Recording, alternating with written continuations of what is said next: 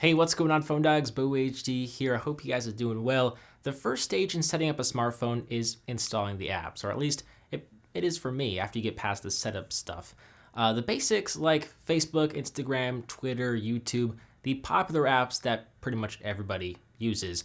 Then comes the connected apps or the shared apps, the apps that you use to connect to other devices. This may include fairly popular apps like Google Drive or OneDrive, but it may also include smart home appliance apps like LifeX bulbs, Amazon Echo, Canary, Google On Hub. The list goes on and on. Then comes the customizable apps to change the look and feel of your phone. If you're running Android, you'll really know what I'm talking about here. If you're rocking something like an iPhone or Windows Phone, you might not be able to relate quite as well. So here's the thing about the Lumia 950 and Windows phones in general.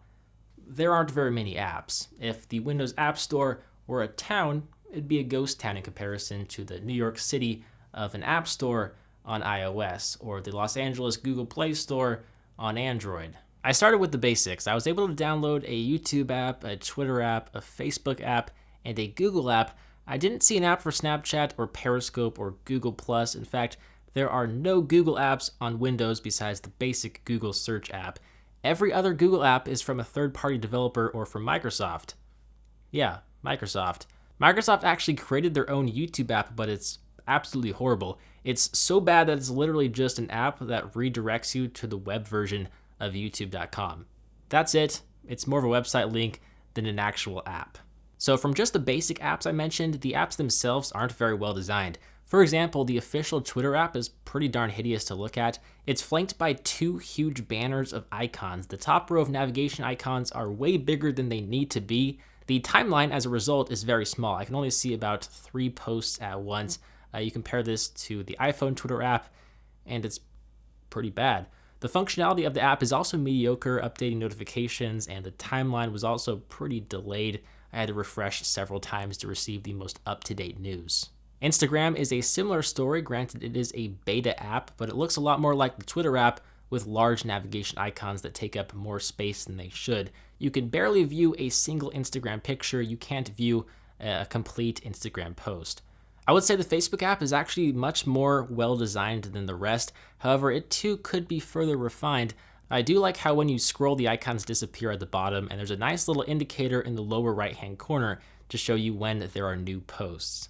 In terms of connected apps, the selection becomes even more sparse. I found an official Chipolo app, but no Amazon Echo app or Canary app or LifeX app. There's a third-party LifeX app, but it has limited functionality. It does work, but not terribly well. As for customizable apps, well, the selection becomes almost non-existent. Windows phones are somewhere in between Android and iOS devices. Microsoft controls the software like Apple, but not necessarily the hardware, so customizing your device is limited as it is with iOS. There are some apps that let you change the background and tile art, but don't expect to find too many widgets or custom launchers or anything that you'd expect to see abundant in an OS like Android. So Windows Phone does offer widgets through the live tiles, of course, and it does offer launchers, but from the launchers I've seen and used, they are basically just apps that, when opened, provide a stagnant home screen with shortcuts to other apps. They're not exactly baked into the OS by any means. Overall, the Lumia 950 may offer more of a degree of customization than iOS, but iOS has way more customization apps in general. So if you're coming from Android or iOS, you kind of take apps for granted. You really forget just how important apps are to a device when you don't have them. They can really make or break a device straight from the get-go. Now, Windows Phone, it has been out for a while. It's been out for about 6 years now. They were a little bit late to the playing field, but 6 years should be enough time to establish an app store with all of the basic apps for the most popular services. But that's not the case. Part of the blame can be put on Microsoft for their inability to gain any market share, as well as for their inability to invest in all the right places. Part of the blame can also be on companies like Google, who refuse to develop apps for their services. Excuse my French, that's kind of a dick move on Google's part to not develop their apps for a competitor's platform when they have the resources to do so and have done so on iOS. With all that said, we're still in the beginning phases of testing the Microsoft Lumia 950, so if you want to stay tuned and learn more about this device, make sure you are subscribed here on PhoneDog.com. But if you guys enjoyed this video, don't forget to give it a big thumbs up. It really does help show your support.